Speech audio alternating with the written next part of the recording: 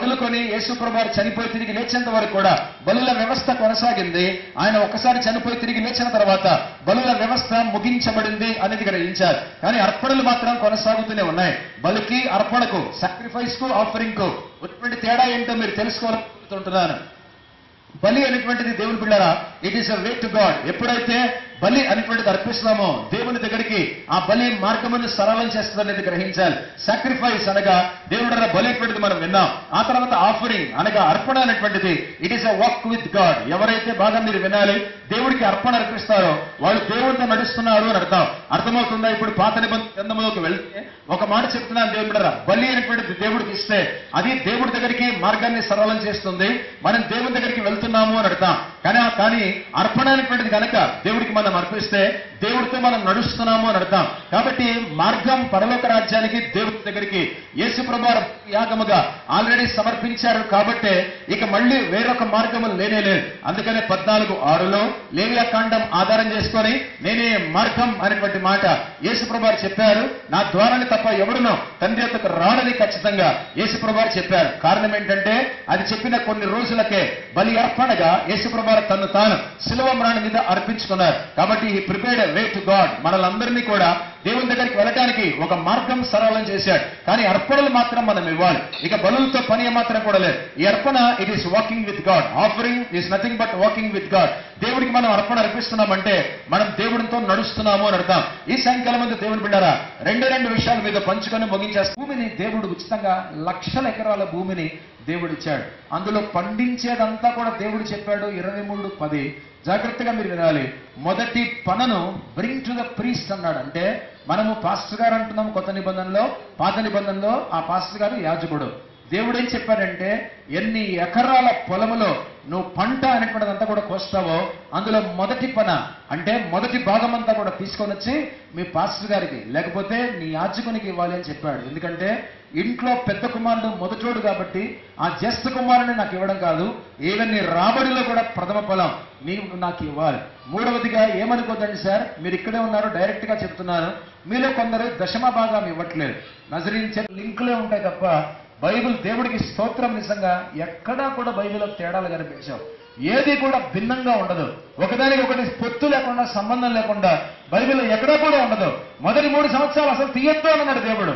4వ సంవత్సరం వచ్చిన మొదటి పంట నాకు కావాలన్నాడు. ఆ 3 రోజులు కూడా యేసయ్య సమాధిలోనే ఉన్నాడు. ఆ తర్వాతే పునరుత్థానానికే ప్రథమ ఫలం యేసుక్రీస్తు అయిపోయాడని సువార్తలు చెబుతున్నాయి. డైరెక్ట్ గా ఇక రాసి మరి లేఖనాలు చెప్తున్నాయి. 1 కొరింథీ పత్రికలో పౌలు అనేటువంటి వాడు రాసి, అందుకనే ఆ విధంగా ఇవ్వాలి. యేసయ్య ఎంత గొప్పోడంటే అండి, నాకు పిచ్చొచ్చి కొన్ని మాటలు పలకాలనుంది కానీ పలుకుతే గొడవ అయిపోతాయని ఊరుకున్నాను. కానీ ఓల్డ్ టెస్టిమెంట్ లో అక్షరం కానీ 0 కానీ 0.5 కానీ దొంగిలకూడదు. 0 కొన్నిసార్లు 0.5 కూడా కనిపిస్తుంది. 0.5 అక్షరం అంతా కూడా పొళ్ళుపోకుండా తప్పుపోకుండా అలా నెరవేర్చుకుంటూ వచ్చాడండి యేసు ప్రభు. సంఘం దేవుడు సంఘాన్ని రక్షించాడు. పెద్ద కుమారుని ఇశ్రాయేలు పక్కన పెట్టాడు. ఈరోజు మనం రక్షింపబడ్డాం. పరలోక రాజ్యం ఫస్ట్ మనదే. జ్యేష్ఠ కుమారుడైన ఇశ్రాయేలుది కాదు. అదే కానుకల సందేశం, కానుకల పండుగ యొక్క సందేశం. We are blessed people, we are saved people. జ్యేష్ఠ కుమారుడు ఎవరండి దేవుడికి? బైబిల్ ప్రకారం చెప్పాలి. అడిగానని చెప్పకండి. జ్యేష్ఠ కుమారుడు యెహోవా దేవునికి ఎవరు? ఇశ్రాయేలే. ఇప్పుడు ఆ ఇశ్రాయేలు జ్యేష్ఠ కుమారుడు పక్కన పెట్టి రెండో కుమారుడు ఎవరు? సంఘం. మనమే కదా యేసు ప్రభువుని నమ్ముకుంటే. కాబట్టి మొదటి అధ్యాయం 12వ వచనం యోహాను సువార్త, తన్నెందరూ అంగీకరించరు అనగా తన నామమునందు విశ్వాసమించిన వారికి దేవుని పిల్లలగుటకు ఆయన అధికారం అనుగ్రహించిన. ఫంటాస్టిక్, బాగా పూర్తి చేశారు. సో ప్రథమ జ్యేష్ఠ కుమారుడు దేవుడికి ఎవరు? ఇశ్రాయేలు. రెండో కుమారుడు ఎవరు? అన్యులైనటువంటి మనం. మనష్షను దీవించాడా? ఎఫ్రాయిం దీవించాడా? రెండవ కుమారుడు ఎఫ్రాయిమే. ఇష్మాయిలు దీవించాడు, ఇస్సాకును దీవించాడా? ఇస్సాకు రెండో కుమారుడు ఇస్సాకునే దీవించాడు. అర్థమవుతుంది. ఏశావును దీవించాడు, యాకోబును దీవించాడా? రెండో కుమారుడు యాకోబును దీవించాడు. దేవుడికి జ్యేష్ఠ కుమారుడు నాడు ఇశ్రాయేలు. అతను పక్కన పెట్టి రక్షణ చరిత్రలో అంటున్నాను, పిలుపులో కాదు, బాగా మీరు వినాలి, డెడికేషన్ లో కాదు, సాంక్టిఫికేషన్ లో కాదు, సాల్వేషన్ లో దేవుడు పెద్ద కుమారుని పక్కన పెట్టి రక్షణ రెండో కుమారునికి ఇచ్చాడు. అందుకని పెద్ద కుమారుని ఇశ్రాయేలు పక్కకు వెళ్ళిపోయి రెండో కుమారుడు సంఘమైన మనం, అన్యులు విగ్రహాలైనటువంటి మనం దేవుడికి రెండవ కుమారుడు అయిపోయి పెద్ద కుమారుడు పరలోకానికి వెళ్ళకముందే రెండవ కుమారుడిగా ఫస్ట్ పరలోక రాజ్యాన్ని మనం స్వతంత్రించుకొని ఆయన కుడిపార్శ్వమున 12 సింహాసనం మీద కూర్చొని ఇశ్రాయేలు 12 గోత్రాల వాళ్ళకి వాళ్ళు పరిపాలిస్తుండగా మనము కూడా వాళ్ళతో పాటు 1000 ఏళ్ల పరిపాలనలో పాల్గొంటూ ఉంటే ఆ దేవుని మందిరంలో యెరూషలేములో యేసయ్య దావీదు సింహాసనం మీద రాజులకు రాజుగా ప్రభులకు ప్రభుగా కూర్చొని 1000 ఏళ్ల పరిపాలన చేస్తుండగా మనం మందిరంలో ఉంటాం, మనం యేసయ్యతో ఉంటాం. బయట మందిరం బయట పెద్ద కొడుకు అనే ఇశ్రాయేలు ఉంటారు. రెండవ కొడుకు వచ్చింది, అదే సంఘం. నీ వాల్యూ నీకే తెలియదు, నీ స్టేటస్ నీకే తెలియదు. కర్మ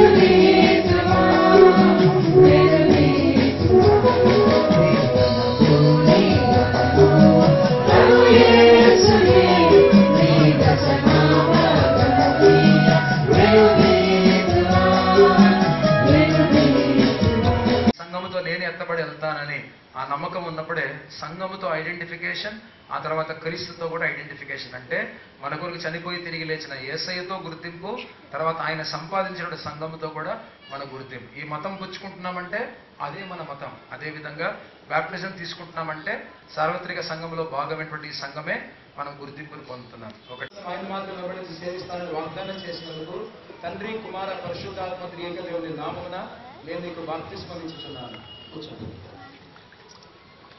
వాగ్దానం చేసినందుకు తండ్రి కుమార పరిశుద్ధాత్మ త్రియేక దేవుని నామమున నేను నీకు బాప్తిస్మం ఇచ్చుచున్నాను.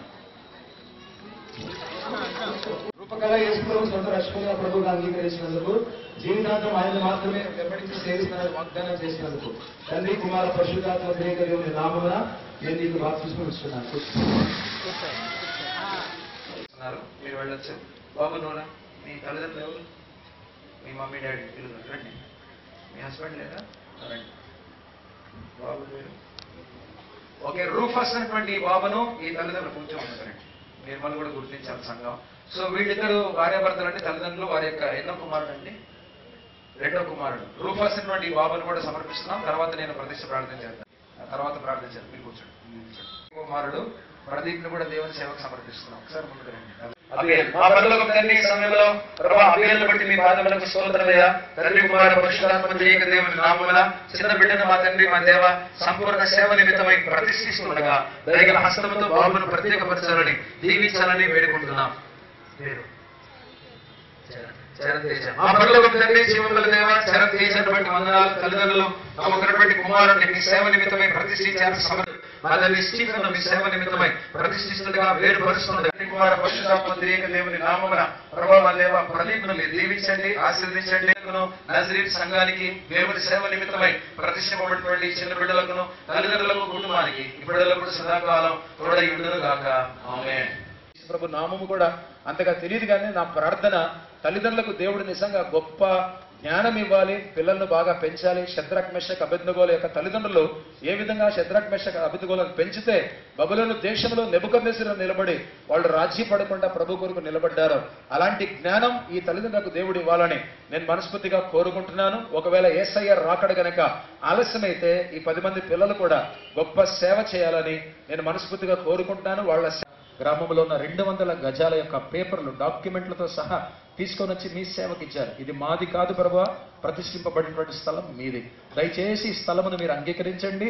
మీ చిత్తమైతే అతి త్వరలో నజరీన్ సంఘం, అక్కడ అనుబంధ సంఘం మేము కట్టడానికి మీ కృప చూపించాలని వేడుకుంటున్నాం. రాబోయేటువంటి దినాల్లో 5 రొట్టెలు 2 చేపలు 5,000 మంది తిని 12 గంపలు ఏ విధంగా ఎత్తారో ఈ 200 గజాలను 2 ఎకరాలుగా మీరు దీవించాలని, నదివించి ఆశ్రదించాలని, అవసరము ప్రభు రక్షణ ఉంది కనుక రక్షణ కూడా వారికి ప్రసాదించాలని యేసుక్రీస్తు వారి పరిశుద్ధ నామమున ప్రార్థించి స్తుతించి వేడుకొంచున్నాము తండ్రి. అరుదైన సన్నివేశం, అరుదైన సందర్భం. కానుకల పండుగ రోజు మొదటి ఆదివారం బాప్టిజం తీసుకున్న వెంటనే ప్రభు బలిలో పాల్గొనటువంటిది దేవుడు వీళ్ళకి ఇచ్చినటువంటి ధన్యత. ఈ సమయంలో ఈ 6 కూడా తండ్రి కుమార పరిశుద్ధాత్మ త్రియేక దేవుని నామమున బాప్టిజం మరియు కుడి చేతి సహవాసం ద్వారా వీళ్ళను సార్వత్రిక సంఘంలో భాగమైన నజరీన్ సంఘంలో ఆహ్వానిస్తున్నాను. దేవుడు వీళ్ళని దీవించగా వాడు మొదటిసారి సార్వత్రిక సంఘంలోకి సభ్యులుగా ప్రభావ వారి వచ్చి ఉంటుండగా వీళ్ళను దీవించడానికి 1 నిమిషాలు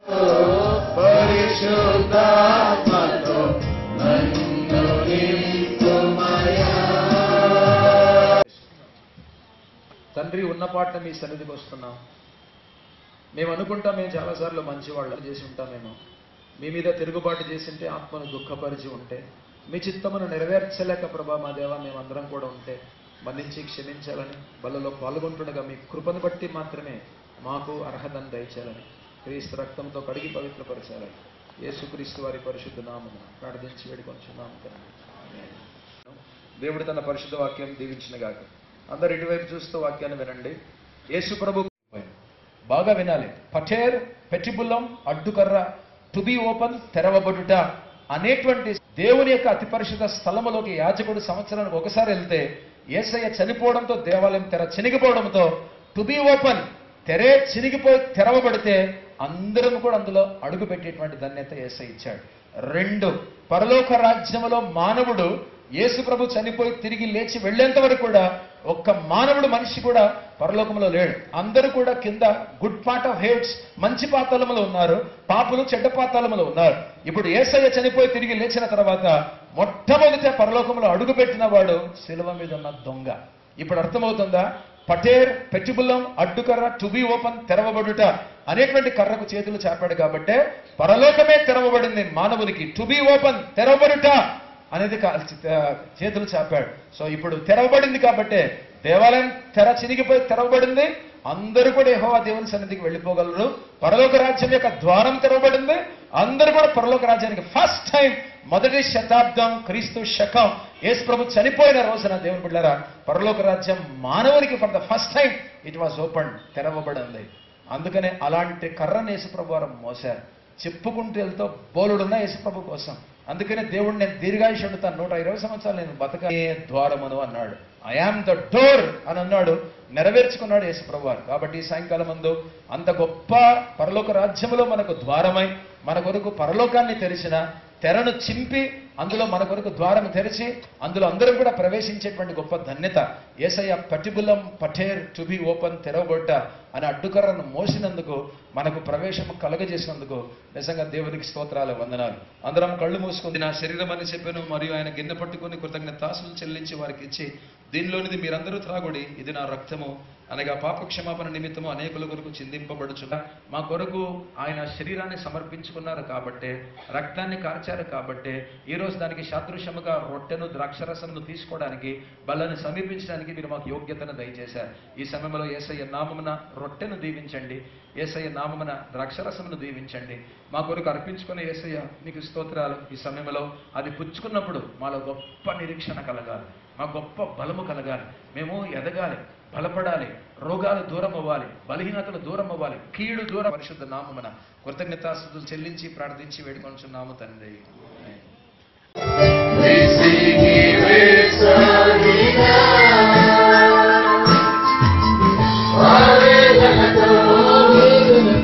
Hallelujah.